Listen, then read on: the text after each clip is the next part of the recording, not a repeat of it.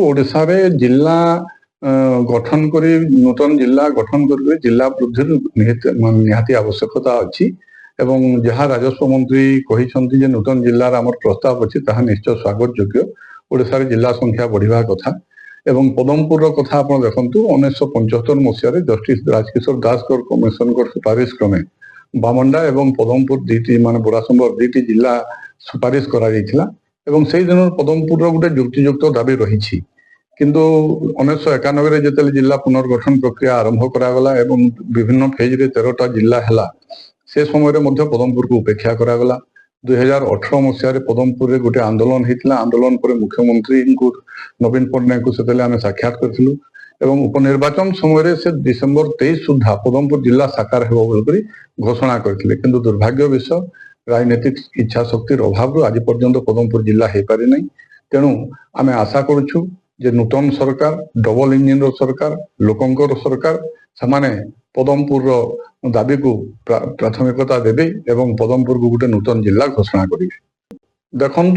जेते दिन पर्यंत आपणकर विकेन्द्रीकरण क्षमता हो पारिबो नहीं एवं प्रशासन जदि तृणमूल स्तर को पहुंची पारिबो नहीं सेते दिन पर्यंत विकास हेबो नहीं। आप देखु जे पदमपुर उपात अंचल रु सदर महकुमा को पाखापाखि 160 रु 170 किलोमीटर पड़ुछि एवं बरगढ़ जिलार दुईटी माने भिन्न भिन्न चित्र देखिले आप गोटे बरगढ़ बरपाली भेड़ेन अताबिरा एवं जे रहा आपंकर सेटा हीराकुद कमांड एरिया रहा जलस्रोती अंचल एवं गोटे उन्नत सहर किंतु पदमपुर गोटे आदिवासी अध्युषित अंचल एवं अर्थनैतिक परिस्थिति खराब अच्छी लोकंकर आयर पंथा नहीं लोके दादन जाउछंती एवं अणजलसेचित अंचल तेणु गोटे अणजलसेचित अंचल पछुआ अंचल आदिवासी अध्युषित अंचल को गोटे विकसित अंचल सहित मिसई देकरी ए अंचल वासी प्रति गोटे अन्याय करा जायछि। तेणु ए अंचल वासी दाबी करछंती जे हमर अणजलसेचित आदिवासी अध्युषित अंचल को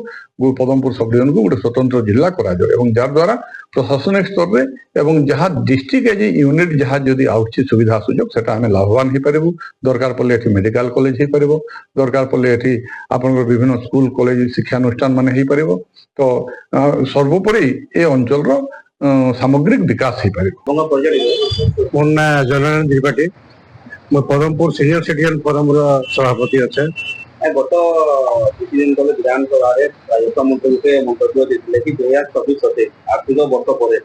जदि नया जिला लगी प्रस्ताव माने आसवा तो से जिनिस लेके सरकार निश्चित भाव पदक्षेप ले लगे नहीं कारण जेतु पदमपुर हमर गोटे पुराना जिला डिमांड हमर पदमपुर जिला हवा लगी डिमांड तो बहुत पुराना है खाली हमर डिमांड नहीं से दास कमिशन रिपोर्ट नु आरंभ होके तार परे भी जहां रिपोर्ट हेचे सब रिपोर्ट रे पदमपुर जिला हवा उचित बोली कि सरकार के जनैछन तथापि विभिन्न कारण लगी से कारण का हला नहीं हबार बुझी नहीं हबार पदमपुर के जिला करा नहीं 1992-93 30 जिला हला पर भी पदमपुर डिमांड के देखा नहीं गला पदमपुर जिला नहीं करा गला आज माने पदमपुर नो अयोग्य से जिला करा गला। चलो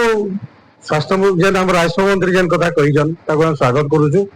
एवं हम पुराना डिमांड के हम फेर दोहराउछु और सरकार पर उपस्थापित करबा लागि चाहूछु जे पदमपुर के जिला करा जाऊ जेतु हमर योग्यता আছে एवं सरकार रिपोर्ट रे मध्य दर्शाई छे पदमपुर जिला हो। मुन्ना हरिशंकर सिंह मैं पदमपुर एडवोकेट निश्चित भाव में पदमपुर गोटे बृहत सब डिविजन है 1993 रे जन 13 रु 30 जिला बिल हला सेते पदमपुर जिला हवार कथा कि दुर्भाग्यर कथा जेते बेले नहीं आटा हूँ लोकंर सरकार आई सरकार भी निश्चित भाव में ये पदमपुर माइंड भरोसा अच्छे आगामी दिन में जो जिला हवा निश्चित भाव में पदमपुर जिला हवा बोली आम आशा और विश्वास अच्छे ये पदमपुर अंचल लोक बहुत दिन गोटे भरोसा अच्छे यदि आम बरगढ़ जिला के देखा पदमपुर डभा के चिंता करमा बेले कम से कम 120 किलोमीटर पड़ुचे यहाँ जेन परिस्थिति निश्चित भाव में आगामी दिन में जो जिला हवा पदमपुर निश्चित भाव में जिला हवा ये अंचल जेन सपनटा पूरा हवा बोल आम आशा और विश्वास रही। संतोष कुमार महांती पदमपुर बासी आम तो पदमपुर बासी पदमपुर जिला लगी बहुत आशायी बहुत आमर उद्दीपना भी रही आमर निजर सिहरण भी रही पदमपुर जिला हेबार कथा पदमपुर जिला हेबार लगी सब प्रकार प्रतिक्रिया माने प्रकाश भी पाई किंतु पदमपुर जिला आज पर्यंत नहीं हो पारे ପଦମପୁର ଜିଲ୍ଲା 13ଟା ଜିଲ୍ଲା ଯେତେବେଳେ ହେଲା ସେତେବେଳେ ବି ପଦମପୁରର ପ୍ରସ୍ତାବ ଥିଲା ଦାସ କମିଶନ ଟାଇମ୍ରୁ ଆମେମାନେ ଛୋଟ ବେଳୁ ଶୁଣି ଆସିଛୁ ଯେ ପଦମପୁର ଜିଲ୍ଲା ହେବା ବୋଲିକିରି କିନ୍ତୁ 13ଟା ଜିଲ୍ଲାରେ ତ ସ୍ଥାନ ନେଇ ପାଇଲା 13ଟା ଜିଲ୍ଲାରୁ ବିଜୁ ପଟ୍ଟନାୟକ 30ଟା ଜିଲ୍ଲା କଲେ 30ଟା ଜିଲ୍ଲା ଭିତରେ ବି ମାନେ ପଦମପୁର ସ୍ଥାନ ନେଇ ପାଇଲା କେନ୍ କାରଣରୁ ନେଇ ପାଇଲା ସେଟା ଅନେକ କଥା ରହିଛି ଅନେକ ଇଏ ରହୁଛି କିନ୍ତୁ ଆଜି ଯେତେବେଳେ ଫେର୍ ବର୍ତ୍ତମାନ ସରକାର ଜିଲ୍ଲା ଲାଗି ପ୍ରସ୍ତାବ ଆସିଲେ ବିଚାରକେ ନେମା ବୋଲିକିରି କହିଛନ୍ ସେତେବେଳେ ଆମର ଆଶା ଆହୁରି ଉଜ୍ଜୀବିତ ହେଇଛି ଆଉ ଆମେମାନେ ସବୁବେଳେ ଚାହୁଁଛୁ ଯେ ପଦମପୁର ଜିଲ୍ଲା ହେବାର କଥା ପଦମପୁରର ଭାଗ୍ୟରେ କାଣା ଅଛି ଆମେ ତ ନେଇ ଜାଣିପାରବାର୍ ପଦମପୁରର ନେତାମାନେ ଯେନ୍ ଟାଇପ୍ର ପଦମପୁରର ଜନତା ସବୁବେଳେ ପରୀକ୍ଷା କରୁଛନ୍ ପଦମପୁର ଜନତାର ଧୈର୍ଯ୍ୟକେ ସେମାନେ ପରୀକ୍ଷା କରୁଛନ୍ କିନ୍ତୁ ପଦମପୁରର ଜନତାର ଧୈର୍ଯ୍ୟ ବହୁତ ରହିଛି ହେଲେ କାଁ କରିବେ ଧୈର୍ଯ୍ୟ ଥିଲେ ତ ଖାଲି ନାଇଁ ହୁଏ କୌଣସି ଜିନିଷର ସଫଳ ନାଇଁ ହେଇପାରବା ଯେତେବେଳେ ଉପରକେ ଆମେ ପହଞ୍ଚୁଛୁ ଠିକ୍ ଗୋଟେ ଜିନିଷଟେ ହେବା ବୋଲା ବେଲକେ ସେଟା ନାଇଁ ହେଇପାରୁଛେ ପଦମପୁର ରାଜନୈତିକ ଚିନ୍ତାଧାରାରେ ରାଜନୈତିକ ଯେନ୍ମାନେ ଲିଡର ମାନେ ଅଛନ୍ ସେମାନଙ୍କର ଇଚ୍ଛା ଶକ୍ତି बिल्कुल नहीं पार्बार पदमपुर केन कारणरू इच्छा शक्ति अभाव रोचे आ पदमपुर जनता के समय बारंबार प्रतारणा करुछन सेटा तो जना नहीं पड़बार आ पदमपुर जिला जदि सरकार वर्तमान सरकार जदि तांकर इच्छा होचे आहरी जिला बढ़ावार लगी तो पदमपुर जिला जदि से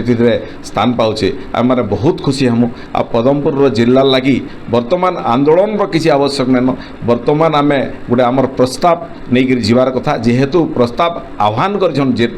सरकार तो आम मैंने प्रस्ताव देवार कथा जे आमर पदमपुर जिला हेबार कथा आमर सब दृष्टि पदमपुर जिला लगी आम फिट हूँ आउ पदमपुर जिला लगी आमर चिंता कराଯାଉ बोली तांको आम प्रस्ताव आगत करवार कथा आउ सही पदमपुर जिला दाबी मेमोरेंडमटे आम तांको देवार कथा मो ना हूँ प्रशांत कुमार महांती देखुन आपण समस्ते जानिछन पदमपुर जिला दाबीटा दीर्घ 2-3 दशंधि धरिक चली जेन्युइन दाबी भी है आउ किसी कारणवशत सेटा विगत समय मान पारी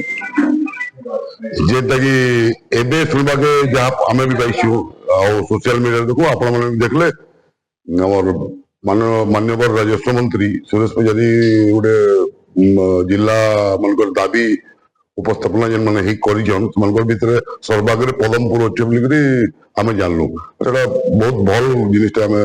जानलु एतकी दिन पर सेटा पॉजिटिव रेस्पॉन्स टे सरकार रहला बोली आमे भाबलु जिला तो पदमपुर जिला लगी दीर्घ 30-40 वर्ष दाबी उठी विभिन्न फोरम विभिन्न समय मीटिंग माने चली आंदोलन चली मोर कह मैंने जिला तो दाबीटा युक्तियुक्त है किंतु सेटाके हमें विभिन्न फोरम खाली मीटिंग मीटिंग रे भाषण मारिक सीमित करदे ना सेटाके शांतिपूर्ण भाव आंदोलन पंथा नहीं सरकार को दृष्टि आकर्षण करवा कथा आउ